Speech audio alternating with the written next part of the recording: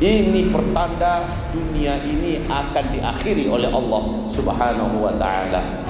Sekarang bulan-bulan ini, besok Oktober, November, Desember, salju setiap tahunnya di sana sudah di atas 1 meter, Pak. Udah sampai ke pinggang orang dewasa di daerah Tabuk. Maka dua hadis dengan dua fakta yang ada ini sebenarnya sudah cukup untuk meyakinkan kita semua.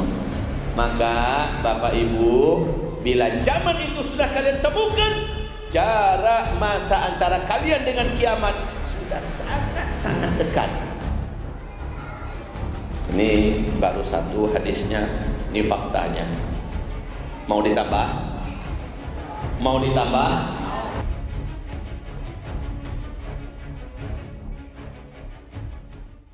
Kemudian menjelang saya pulang, konsulat jenderal sana kasih saya oleh-oleh. Kasih saya oleh-oleh berupa buku sejarah yang super lux, ya, full color, mewah, dan itu full gambar, bergambar keterangan berbahasa Arab, bahasa Inggris, bahasa Indonesia. Lalu di buku itu halaman pertamanya saya lihat Arab zaman loe-loe. Fotonya ya, hitam putih.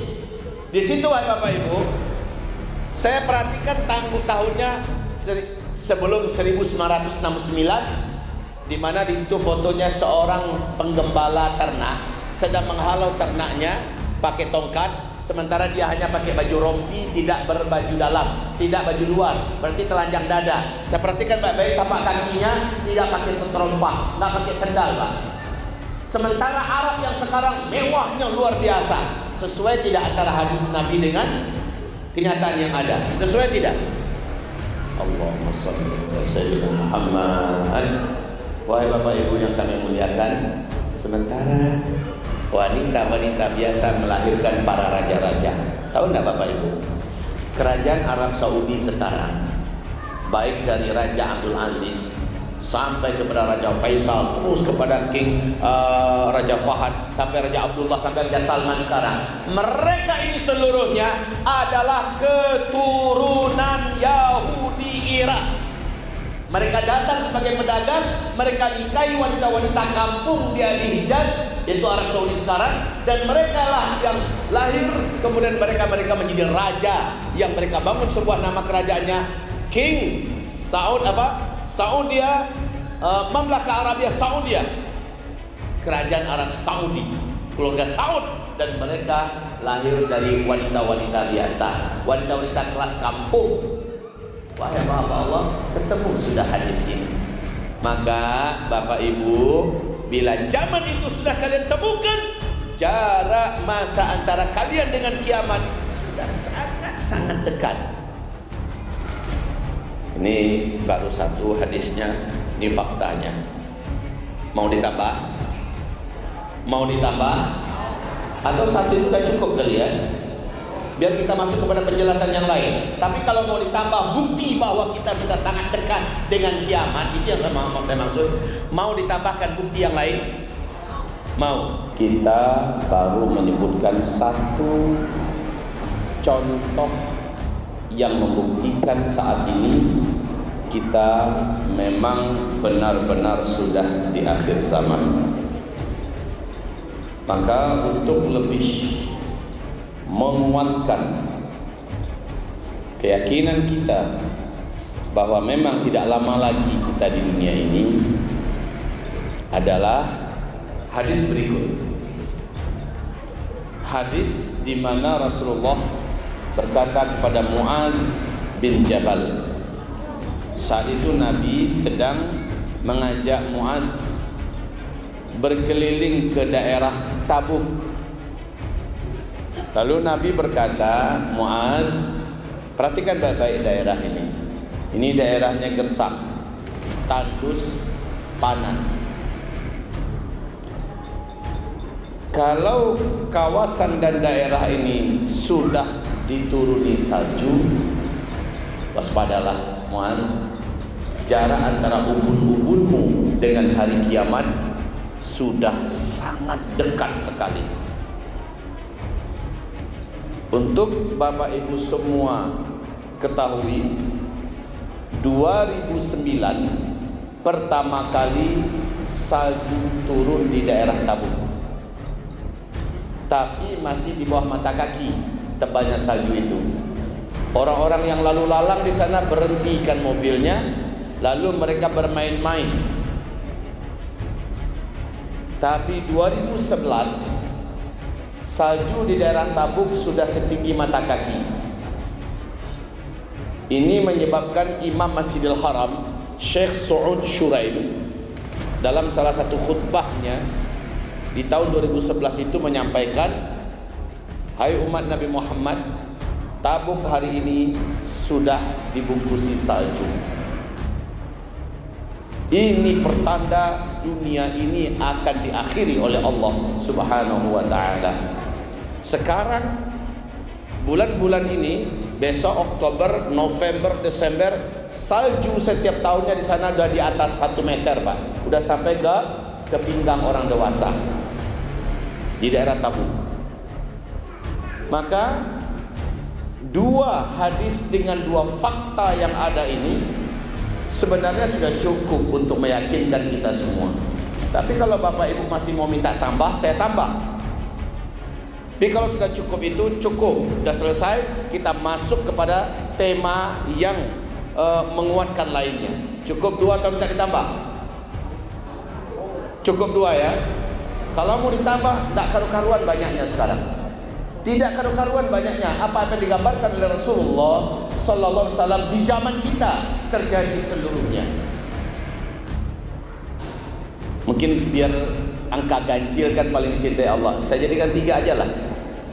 3 yang terakhir, nomor 3, kata Rasulullah Sallallahu Alaihi Wasallam, menjelang kiamat, kehancuran alam semesta, Allah keringkan terlebih dahulu sungai Eufrat, dan nanti dari jalur yang dilalui oleh bekas sungai Eufrat ini akan muncul gunung raksasa, dan seluruh gunung itu adalah emas.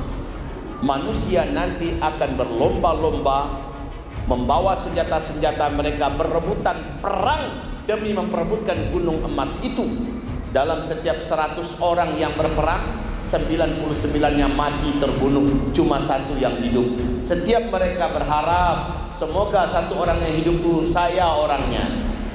Dan Nabi mengatakan, kamu hai umatku, jangan termasuk yang pergi ke sana berebutan emas, ikut-ikutan perang. Dan Nabi tidak menyukai, karena pada akhirnya emas itu akan jatuh ke tangan umat Islam juga. Nah sekarang Bapak Ibu, semoga Bapak Ibu pernah mendengar majalah New York Times. Pernah dengar majalah ini? Majalah luar negeri. Dalam majalah ini di tahun 2012 di bulan Februari dijelaskan bahwa NASA mengumumkan para peneliti telah mempelajari kondisi sungai Eufrat. Sungai Eufrat itu di mana tuh? Sungai Eufrat itu, wahai Bapak Ibu, ulunya adalah Turkiya, lehernya adalah Suriah, bodinya adalah Irak, ujungnya adalah Iran. Berarti inti sungai itu ada di Irak. Dia termasuk satu di antara 3 sungai terbesar di Timur Tengah. Sungai Nil, Sungai Tigris, dan Sungai Eufrat. Ya, Sungai Eufrat ini tidak pernah kering. Tapi benar apa yang dikatakan oleh para peneliti di New York Times. Mereka mengatakan, para peneliti kami mengatakan, itu 2012 ya, bahwa Sungai Eufrat sudah susut airnya 60%. Ya, sudah susut airnya 60%. Menurut analisa para pakar dan ahli kami, bahwa Sungai Eufrat ini 2013 akan kering total. Ternyata Maret 2013 Sungai Eufrat betul-betul kering total sampai hari ini. Jadi Irak, Sungai Efrat itu sudah tinggal sejarah aja lagi, Pak. Ya. Dan yang paling hebat, George Walker Bush, George Bush. Letakkan Bapak Ibu nama siapa? George Walker Bush, George Bush. Mantan Presiden Amerika. Apa katanya? Pidato dia di depan Gedung Putih. Dia dalam pidatonya berkata, satelit kita telah menangkap adanya potensi emas yang sangat besar dalam perut bumi Irak. Amerika Serikat sebagai polisi dunia akan memastikan emas itu aman, tidak jatuh ke tangan para penjahat yang tidak bertanggung jawab. Yang paling penting kita ingat-ingat kata-katanya, satelit Amerika Serikat telah menemukan di bawah bumi Irak terdapat potensi emas yang sangat besar. Hadis yang tadi apa bunyinya? Yahsiral furatu bijabalin an dhahabin, ya.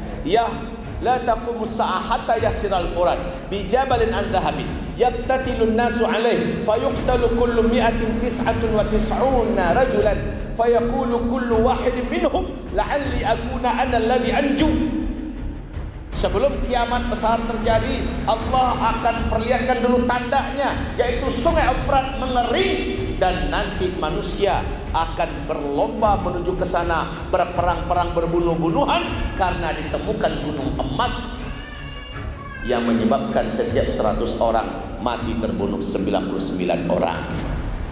Jadi sekarang sejak 2013 sampai 2021 Sungai Efrat sudah kering total.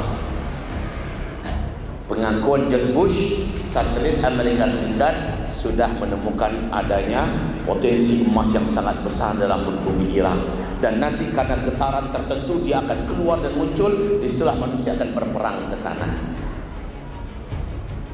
Sebenarnya sangat banyak, Pak. Kalau saya mau cerita bisa sampai tengah malam insya Allah.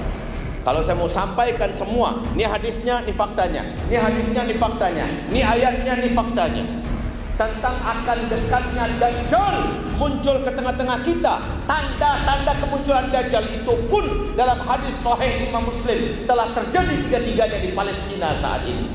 Pokoknya kalau saya mau cerita, bapak sulit, ibu sulit untuk mengatakan tidak ada ke do lama lagi kiamat itu. Tidak bisa lagi kita untuk mengatakan lama lagi itu. Semua tanda-tanda dikatakan Nabi terjadinya di zaman kita sekarang ini.